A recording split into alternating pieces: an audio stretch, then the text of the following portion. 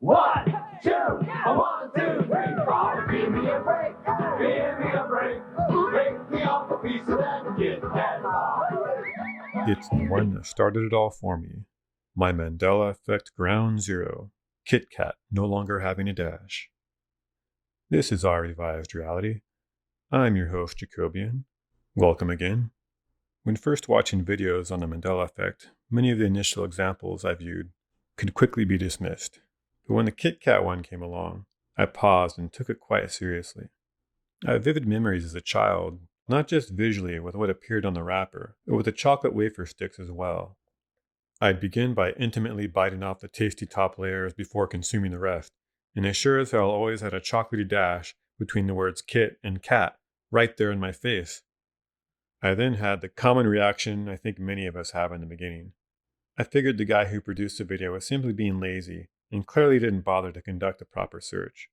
I even grumbled at the screen that of course they don't have the dash anymore because they updated their logo a long time ago. Companies do that all the time. I thought, this dummy just doesn't know how to do basic research. When seeking out the old wrappers myself, I fully expected to readily find Kit Kat with a dash. Much to my surprise, the only times I did, they linked a post relating to the Mandela effect. I also checked as many old commercials as I could find, confirming indeed there officially was never a dash.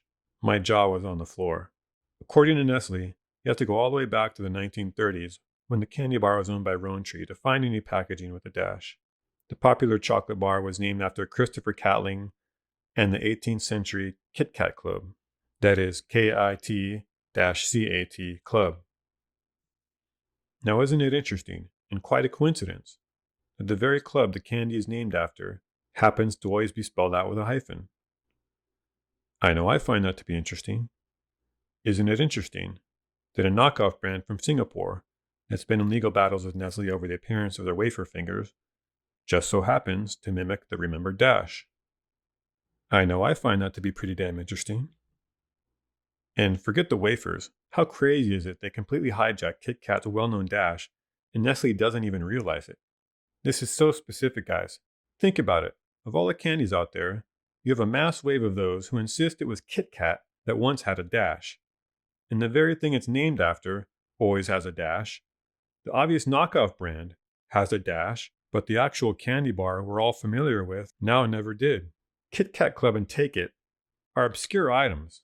We're talking about stuff as far back as the 1700s, 1930s, and an overseas imitator.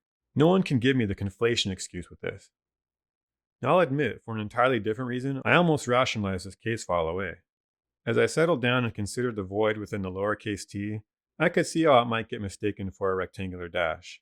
Had it stopped here, had there never been any other changes brought to my attention, I eventually may have dismissed this whole phenomenon. So I awkwardly numbered this case file number 0, which frees me up to brand the next 5 cases as my foundational 5, these being the initial handful of Emmys that for me are 100% gold star, completely undeniable, with zero chance of being rationalized away.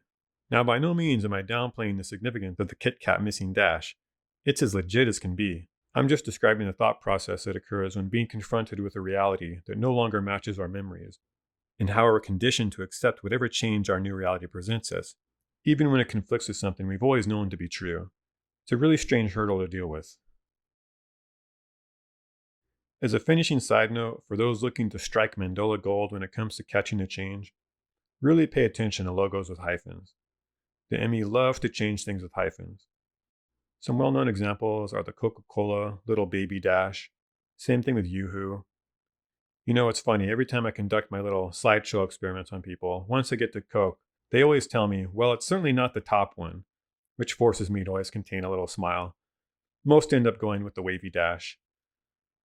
Then you have Xbox, U-Haul, and Oral-B, where the hyphen is merging with the letter next to it. My first documented captured change happened to involve a dash. It was a super big deal to see it happen, so it's something I'll reserve for a dedicated video. I also had a special situation occur with the Oral-B logo, which is something I'll get into later. They're both just the craziest stories. It's hard to imagine anyone making them up, so hopefully I'll be believed. Anyway, bottom line is I think you'll increase your odds of catching this thing in the act by focusing on items with hyphens. That's all for now. I urge everyone to continually document their observations. I'll be talking again soon.